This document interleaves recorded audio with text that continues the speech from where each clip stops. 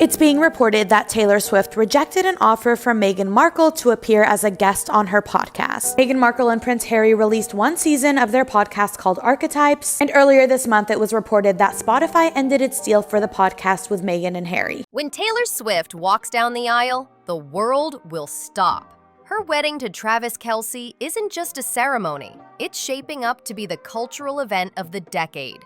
But here's the catch. Not everyone is celebrating.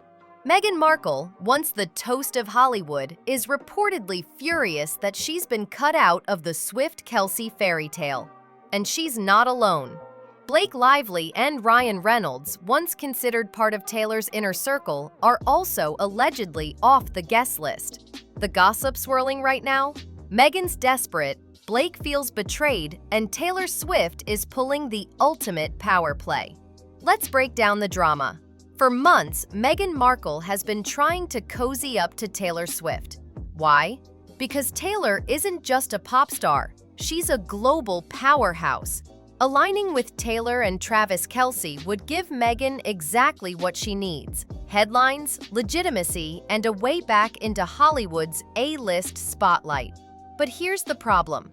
Meghan's projects have been flopping. Her Netflix docuseries lost steam, her podcast deal fell apart, and critics are openly questioning her relevance. Attaching herself to Taylor seemed like the perfect solution. One problem? Taylor isn't buying it. Just weeks ago, Meghan released the trailer for her second season of With Love, Meghan. It was supposed to be her big comeback, but on the very same day, Taylor appeared on the New Heights podcast with Travis's brother and dropped a brand new album. The internet exploded with Swiftie mania. Meghan's trailer? Completely overshadowed. Insiders say Meghan was livid, calling it sabotage. Whether intentional or not, the optics were brutal. Meghan trying to claw her way back and Taylor effortlessly stealing the spotlight. This isn't the first time Meghan has tried to connect with Taylor. After Taylor and Travis's engagement, Meghan reportedly sent a congratulatory video message. The Wall Street Journal reported that the podcast failed to meet the productivity benchmarks. The outlet is now reporting that Meghan Markle wrote a personal letter to Taylor Swift asking her to appear on the show, but Taylor Swift declined the invitation through a representative. Prior to its cancellation, the show hosted other guests like Serena Williams, Paris Hilton, and Mariah Carey. No response. She then pitched a podcast episode featuring the couple. Rejected. She even floated a cameo in a holiday special. Rejected again. Sources claim Taylor's team saw these offers as opportunistic, not genuine. They believed Meghan was trying to piggyback off Taylor's success, and Taylor's camp made it crystal clear. No collaborations, no appearances, no association. Behind Montecito's mansion gates, things reportedly turned toxic. Meghan, furious at the rejections, blamed her team for botching the outreach. Staff described her as pacing, angry, looking for someone to blame. But the truth was simple. Taylor didn't want her. And for Meghan, that rejection was a reality check. She built her brand on proximity to power. First the royals, then Oprah, then Hollywood. But now, Taylor Swift, the biggest cultural force alive, doesn't want her anywhere near. Now, let's talk about the wedding. The guest list is already legendary. Fans expect Selena Gomez, the Haim sisters, Lana Del Rey, maybe even Beyoncé. But here's the shocker. Blake Lively and Ryan Reynolds, two people long considered Taylor's closest friends, aren't invited either. This is messy. For years, Blake and Taylor were inseparable. Vacations together, award shows side by side. Taylor even named Blake's children in her folklore album. That's how close they were. So what went wrong? Rumors say Blake wasn't supportive of Taylor's relationship with Travis Kelce. There were whispers of Blake mocking football boyfriends, Ryan allegedly joking about Taylor's nonstop press coverage, and an undercurrent of jealousy over Taylor's dominance. The friendship soured, and Taylor doesn't do fake. The omission of Blake and Ryan isn't a mistake. It's a statement. This is how Taylor plays the game. No social media callouts, no messy feuds. Just silence. And silence is deadly in Hollywood. By leaving Meghan, Blake, and Ryan off the list, Taylor sends the clearest message. You're out. And she does it without saying a word. For Blake, this is humiliating. She built a reputation as Taylor's ride or die. Now she's not even outer circle. Ryan tries to laugh it off, but insiders say he's furious. As more and more details pour in about Taylor Swift and Travis Kelce's upcoming wedding, including Flavor Flav wanting to officiate it, the real question is, how did Blake Lively react? Hollywood insiders are calling it the biggest friendship breakup since Paris Hilton and Nicole Richie. And honestly, they're not wrong. Here's where it gets messy. Meghan and Blake couldn't be more different. A duchess on one hand, a Hollywood actress on the other. But now, they're in the same boat, snubbed by Taylor Swift. Different paths, same ending. No invite. And some blogs are even speculating that Meghan has reached out to Blake. Two women, both sidelined, possibly teaming up. Imagine a podcast, an interview, a joint appearance at a gala. Two misunderstood women taking back their narrative. On paper, it sounds powerful, but in practice, it risks looking bitter. Taylor is too beloved right now. Any pushback reads like sour grapes. Now let's circle back to Taylor. Because this wedding isn't just about who's in or out. It's about Taylor crafting the ultimate story. Imagine the ceremony. A clean, timeless gown for the vows. Then a second look for the reception. Maybe a nod to one of her eras. The music? Subtle, symbolic. A string version of a fan favorite as she walks the aisle. A surprise duet at the reception. Nothing over the top, just perfectly curated. And the photos? Carefully staged to look candid. One balcony shot, one veil in motion, one black and white close-up. That's all we'll see. 3 images, maybe 5. The rest stays private. This is Taylor's genius. She gives you just enough, then locks the rest in a vault. Let's be clear, this wedding will be a fortress. Multiple shuttles to throw off paparazzi. Decoy deliveries. Guests signing NDAs. Phones sealed in pouches. There will be no live leaks, no opportunistic posts, which means Meghan's playbook, attach yourself to someone else's moment, doesn't work here. The walls are too high. Taylor has built a wedding where only the people she chooses are visible. Everyone else? Erased. And then there's the family piece. Expect Andrea Swift to give a heartfelt moment. Not long, just sharp and emotional. Surprising updates for you. Hilarious quotes from sources close to Blake revealing her reactions, as well as Taylor's latest snub, which is pretty epic. Scott Swift will toast with a funny story. The Kelces will bring balance. Donna being warm and relatable. Jason and Kylie giving humor and grounding. The speech of the night will come from a friend. One line that feels private but resonates universally. The kind of line that ends up trending as a quote the next day. And here's the thing. You don't hand a mic to someone who will make it about themselves. That's why Meghan was never a contender. Taylor will own every piece of wedding content. The photographer, the rights, the timing of the release. Expect 3 official photos. 1 wide, 1 close-up, 1 detail shot. Maybe a 4th tied to a charitable donation instead of a gift registry. There will be no glossy magazine exclusive, no leaks, just the curated version Taylor wants the world to see. And for Meghan, that means no entry points, no way to attach herself, no way to borrow the spotlight.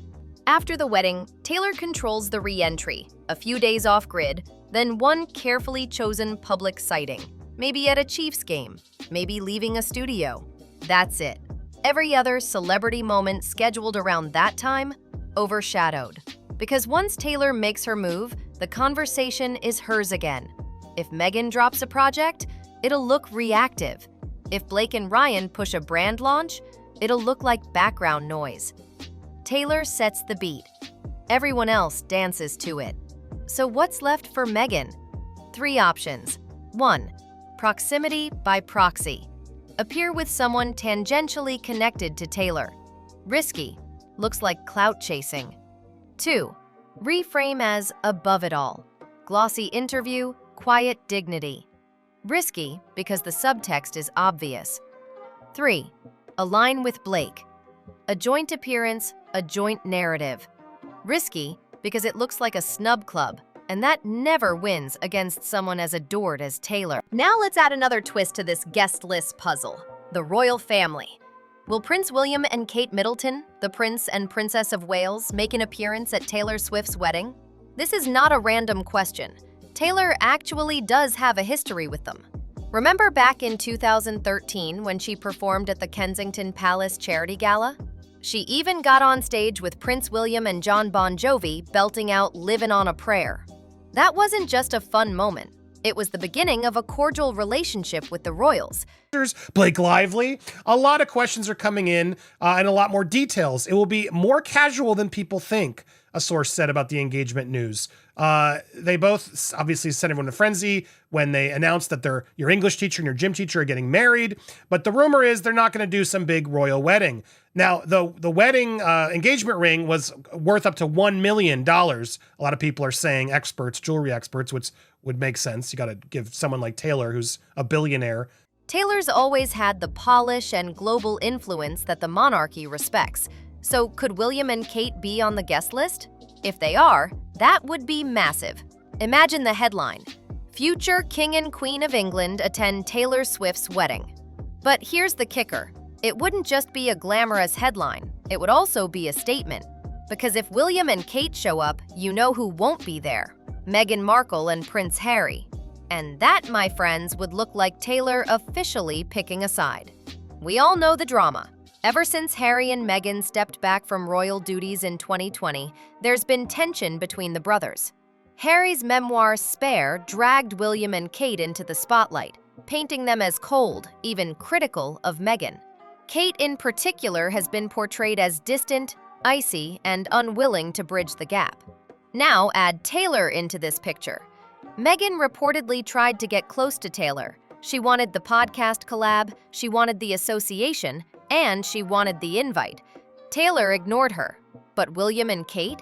They already have that royal, respectable, global image. If they attend, it signals that Taylor is aligning herself with the establishment royals, not with the Sussex rebels. And that would sting Meghan more than anything else. Think about Taylor's brand right now. She's carefully curating loyalty, boundaries, and elegance. William and Kate, for all the scandals the monarchy has weathered, still project a polished, traditional image. They're safe, they're regal, they're global. But let's play this out. Imagine the wedding photos. Taylor in her gown, Travis by her side, and in the background, Kate Middleton in a sleek designer dress, Prince William chatting with Jason Kelce over champagne. Those images would go viral instantly. For Meghan, seeing William and Kate smiling at Taylor's wedding while she's not even on the guest list would be devastating. It's not just being excluded from a party, it's symbolic. It would scream, Taylor chose them, not you. And for Harry, awkward doesn't even begin to cover it. He and Meghan have been vocal about their pain, their estrangement, their side of the royal story. If Taylor publicly embraces William and Kate, it risks making Meghan look like the perpetual outsider, the one who can't get back in. Now, we should consider the other side. Taylor is smart. She may want to avoid being dragged into the royal soap opera at all. Having William and Kate there risks making it look like she's choosing sides. So maybe she plays it safe. No royals, no Sussexes, just her closest circle of music, Hollywood, and NFL friends. That way, the wedding stays about her and Travis, not a British tabloid war. But let's be honest, even if they're not there physically, the speculation alone keeps this drama alive. Every outlet will be asking, did she invite William and Kate? Did she ban Meghan? Was this Taylor sending a message to the monarchy? And here's the cruel irony for Meghan. If William and Kate are invited, It's game over for her attempts to get close to Taylor. No way Taylor would cozy up to both sides. Aligning with Meghan would risk upsetting her relationship with the future king and queen. So Meghan's exclusion isn't just about her podcast pitch or her PR tactics. It could also be about bigger global optics. Taylor might see more value in aligning with monarchy than with Meghan's Hollywood hustle. For Meghan, that's devastating, because it confirms what many insiders already whisper, So here's the bottom line. Taylor's wedding isn't just about love. It's about politics. It's about brand power. It's about who gets elevated and who gets erased. Meghan Markle wanted in. She's out. Blake Lively and Ryan Reynolds expected in. They're out. And William and Kate? If they are in, it changes the game completely. It becomes more than just a celebrity wedding. It becomes a global power move, aligning Taylor with monarchy and leaving Meghan in the dust. Who do you think will be on the guest list? Leave your thoughts in the comments and don't forget to subscribe.